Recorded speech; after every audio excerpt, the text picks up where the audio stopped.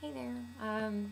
I decided I would go ahead and do another one of these since a whopping 12 people watched the last one. I thought maybe I'd go for lucky number 13 this time. I also found one of my older notebooks. It's not older like the other ones were. It's more recent and it's much more significant. But it's got a lot of darkness in it. I have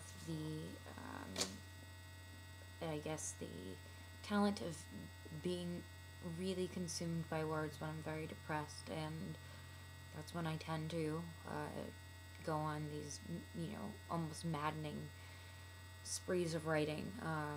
Much like Sylvia Plath, I think that most of the stuff that she wrote was when she was, really in a bad spot.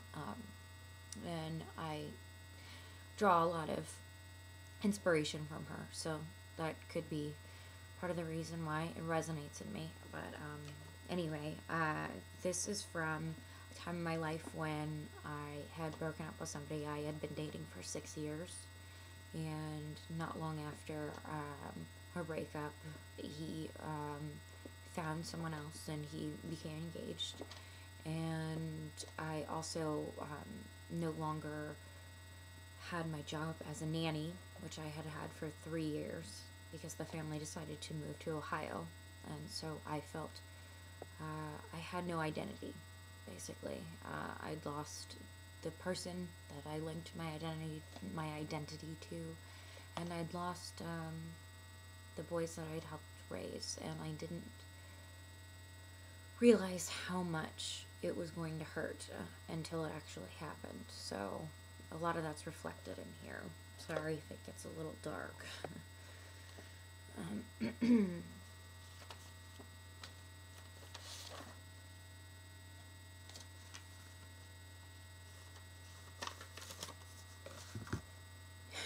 9/11/2008. We are everything and nothing. My words are winning until you steal my moments. The sunshine evaporates and burns on my forehead, dissipating until I can't be blinded anymore because I believe you, and I just miss your face and eyes and hair and moments we never had.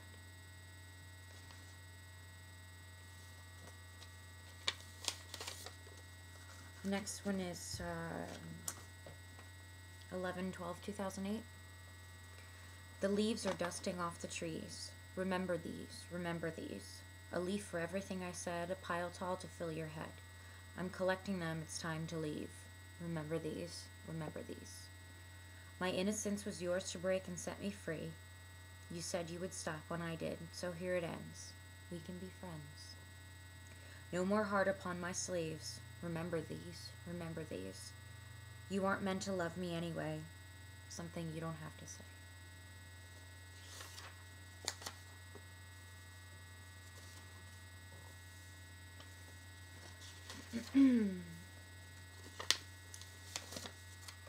From, let's see, April 8th, 2009.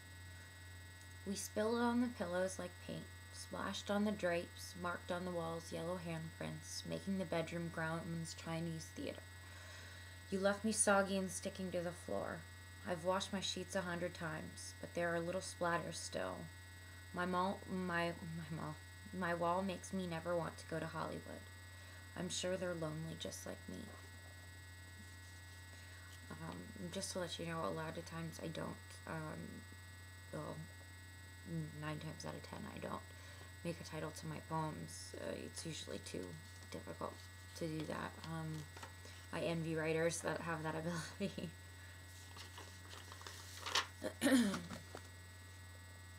My favorite sheets are cold on my toes, in the good way. They are gray like the steel they feel like, and I remember us sloshing around in them in summer. And we loved them despite the sweat stains they collected, making us laugh. Our legs would tangle all silly like spaghetti noodles, and your legs were itchy on my smooth ones. Your arm would drop like an anchor on my side, pushing the breath out of me like a corset on my rib cage. It was actually then I breathed best in contentment. I wrote you last week. You replied with thanks. No one will ever fit me like you did. The hole will always gape open wide, I think. No stitches. How are there scars with no stitches? I fold.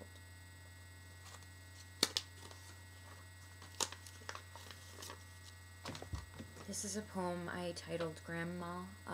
This was my mother's mother. She was very close to me. She's a very big influence in my life, even now. She died from lung cancer from smoking when I was 12 years old. And I can't even begin to express how much I miss her every single minute of every single day, and what she instilled in me. And I just wish I could have one more day with her, even an hour. It's funny when you look back on things and you don't realize how important moments are and people are until it's too late. But I guess life's usually like that, isn't it? She was just a courageous, strong woman. She helped raise me. My mom was a single mother from the time I was 2. And so a lot of my earliest and best memories have her in them. And I just miss her a lot. And this is a poem that I wrote, and I sent it to my mom in an email, which made her cry. But then again, everything makes my mom cry these days. And this one is titled, it's called Grandma. This is what happens, she would have told me. You're going to be standing there, pouring your coffee, reflecting, and you'll lose the meaning. This is what happens when people grow up. They become complacent and boring, apathetic. They drive without thinking. They move without breathing. They live without living. You're stagnant, granddaughter, she would have said. And then she would have warned me not to stay up too late or drink too much and to always use sunscreen. Or maybe she would have told me to stay out all night and drink all I could, but still always use sunscreen.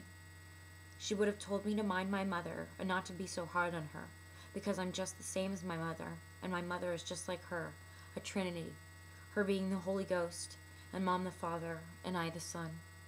The things you can't escape. The person you become is the one you are meant to be. So we do our crossword puzzles and let out our impatient sighs. We read a lot of books about killers and ghosts. It must be in our DNA.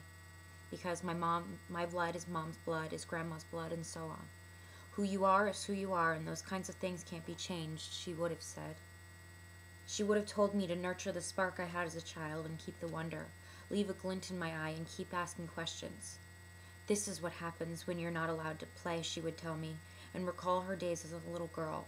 I could have heard her stories and know the other parts of her, instead of just knowing the methodical woman who loved psalms and puzzles, who became riddled with cancer.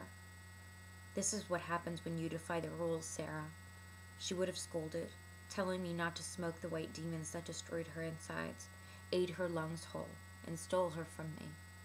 This is what happens when you lose someone. They're never really gone, but they're never really there. She would have told me what to do. I would have listened.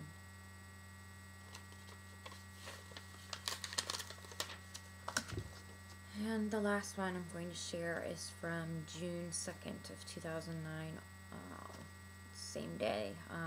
The first one was in the morning, this one was in the afternoon. I'm going walking today to try and hear you. Maybe I'll learn the songs I'm meant to sing to myself. I think I know the words already, just need to hum the melody by water's edge. Tripping on stepping stones, dirty shoes, I'm going walking today. I wish I could walk to 1,000,000, where the path leads to your face. I'd reject it anyway. Solitude suits me just fine. I'm going walking today. Don't know if I'll come back. Okay, well, I hope you guys enjoyed those, and I will see you next time.